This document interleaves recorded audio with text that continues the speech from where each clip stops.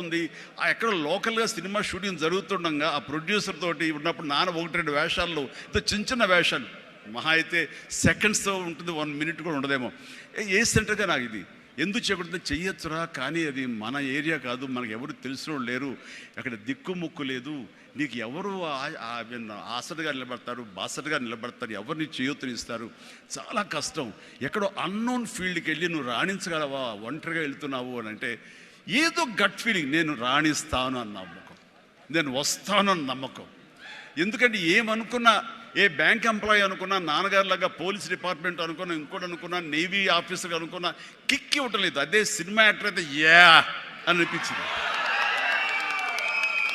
అని అప్పటి నుంచి సినిమా మీద దృష్టి పెట్టాలంటే నేను లింగులిటుకుంటూ వెళ్ళి 4 ఫోటోలు తీసుకుని ఆఫీసుకి వెళ్తే ఎవడో ఆదరించడు.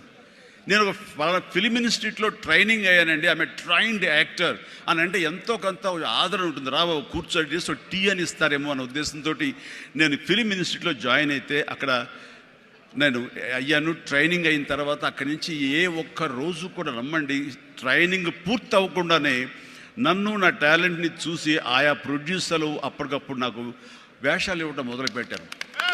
నా ఫోటోలు తీసుకుని ఏ ఆఫీస్కి వెళ్ళలేదు, ఏ ఆడిషన్స్కి వెళ్ళలేదు నాకు, బట్ ఒకటే ధ్యేయం, ఎస్ అని. ఆ టైంలో అందరూ తెలుసుకోవాల్సింది, మీ వర్క్లో కూడా తెలియకుండా పాండీ బజార్ వెళ్ళేవాడిని ఎప్పుడైనా. అక్కడ వెస్టర్న్ ఇంట్రెస్ట్ నుండి డిస్గస్టెడ్ పీపుల్, ఫ్రస్ట్రేటెడ్ పీపుల్ అక్కడ ఉండే కాఫీలు టీలు తాగేవాళ్ళు.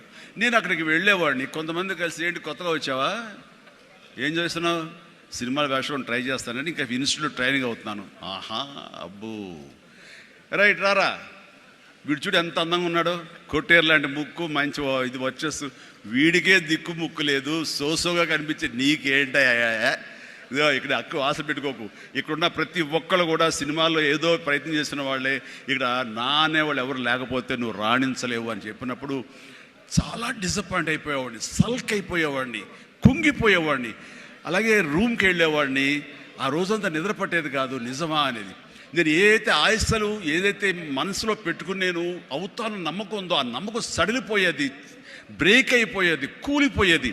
అప్పుడు నేను ఒక్కడనే, నాకు ఆంజనేయ స్వామి ఒక్కడే నాకు ఉండేవాడు.